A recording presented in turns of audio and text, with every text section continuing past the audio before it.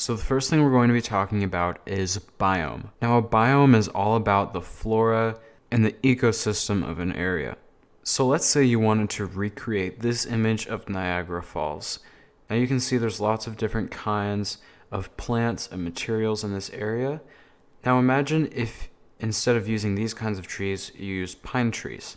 In this extreme of an example, it kind of sounds ridiculous, but you'd be surprised as to how many people put some out-of-place assets in their scenes simply because they look cool in the moment, but then when you zoom out and look at the whole picture, it doesn't seem to fit with the environment.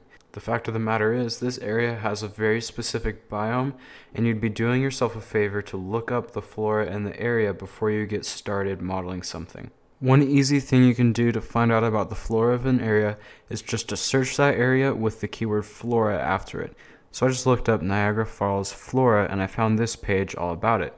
And so this page tells me the exact kind of species of trees that I'd be looking for. It tells me the less common ones as well as which types of trees dominate the forest area. So for instance, let's say you want to know what a hemlock tree is for reference for your scene.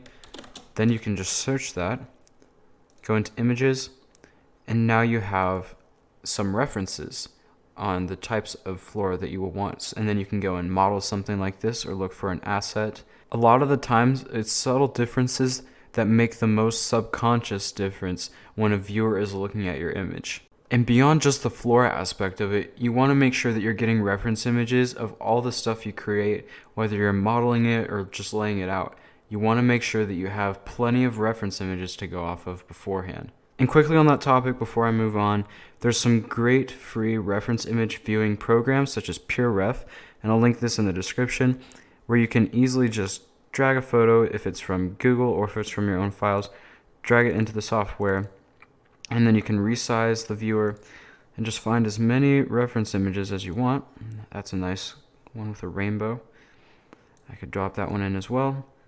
It's just a very useful free tool in just about every single stage of development.